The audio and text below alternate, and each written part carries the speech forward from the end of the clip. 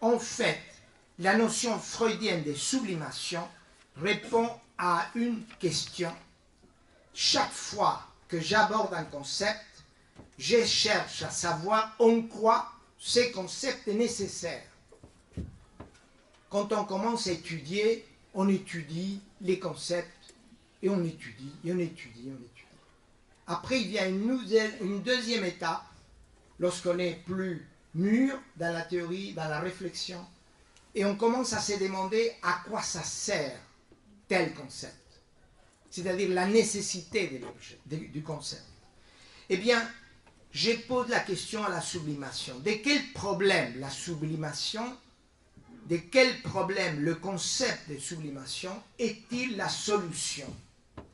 Voici donc la question à laquelle répond la notion freudienne de sublimation.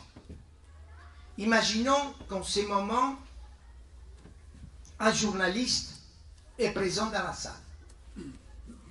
Il nous interroge. Il ne comprend rien à la psychanalyse, ou très peu, et il me demande, « Monsieur, pouvez-vous me dire qu'est-ce qui pousse un athlète à vouloir triompher? Quelle est, monsieur, cette impulsion irrésistible qui allume l'œil d'un artiste, qui allume sa tête, le cœur et sa main, et fait jaillir sur la toile une forme inédite? Comment l'expliquez-vous, monsieur, du point de vue psychanalytique? La réponse inouïe de Freud,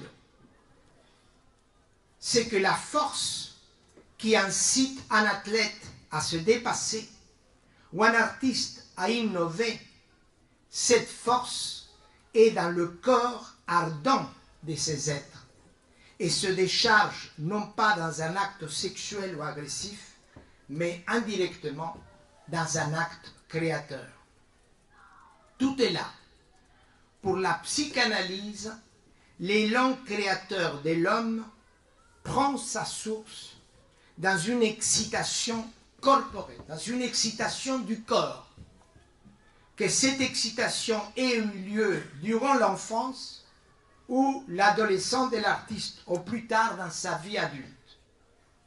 En affirmant que la pulsion créatrice naît d'une excitation physique, nous comprenons qu'entre le moment initial de l'excitation et le moment final de la décharge, il peut s'écouler une longue période de vie.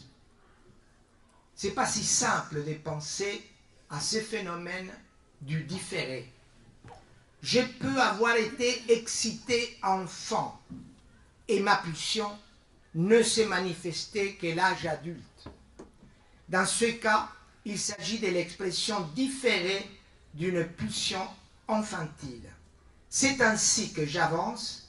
L'élan créateur de l'homme prend sa source dans une excitation érotique ou agressive, qu'elle soit ancienne ou actuelle, infantile, adolescente ou adulte. Je fais une remarque. Attention, certes, l'élan